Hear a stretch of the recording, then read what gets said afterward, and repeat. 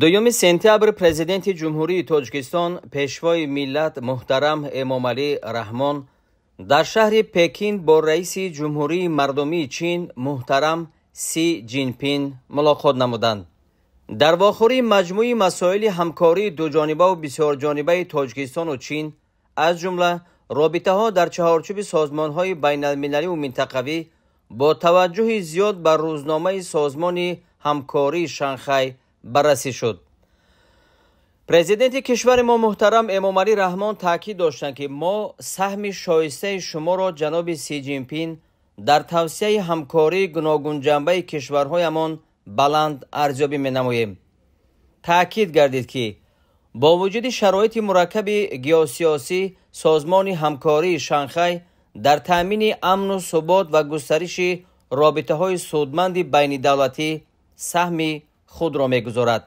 سرور دولت ما با تأکید دستگیری تشبث نوی اداره گلوبالی رئیس جمهوری مردمی چین اظهار داشتند که این تشبث با تلاش‌های پیوسته جانب تاجیکستان جهت تأمین ولایت قانون، صلح کامل، امنیت و رشد استوار همسان است و برای پیشبرد هدف‌های مشترک ما ظرفیت زیاد دارد.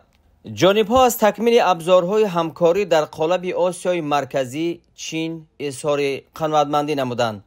به مسئله گسترش منبع همکاری در همه عرصه‌های جوابگوی منفعت‌های مردمان دو کشور از جمله اقتصادی و تجارتی، رقمی کنانی، تجدید و رشد انفراساختار نقلیاتی، لوجستیک، استفاده امکانات‌های ترانزیتی، جلب سرمایه و تکنولوژی‌های چین به اقتصاد تاجیکستان توجه زیاد ظاهر گردید. تأسیس مرکزهای خدمترسانی اطلاعاتی و تکنولوژی، تحکیم امنیت کیبری، استفاده از ذهن صنعی و تکنولوژی‌های رقمی از سمت‌های دیگر همکاری استراتژی نامیده شد. همکاری دو کشور در ساحه گیدر انرژتیک نیز از مسائل اولویتناک بود.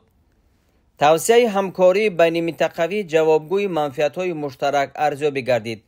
رشد رابطه‌ها در ساحه‌های فرهنگ، معارف، علم و تکنیک و سیاحی به مقصد موافق دانسته شد. تأکید گردید که در سمت تأمین امنیت و مبارزه با تهدید و خطرهای معاصر هر دو کشور موقع همسان دارند. ملاقات در فضای دوستی و صمیمیت جریان گرفت.